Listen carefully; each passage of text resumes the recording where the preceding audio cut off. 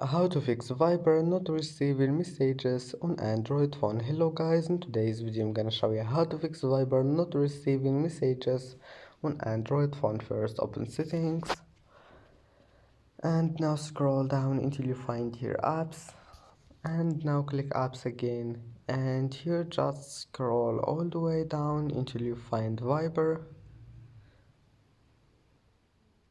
and here's it.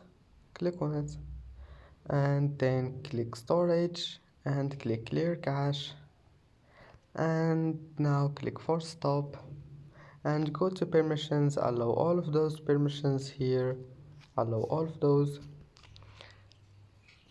and that's it. Then click data usage and check background data, and that's it. And now just go back and try again, and your problem must be fixed, and see you in the next video.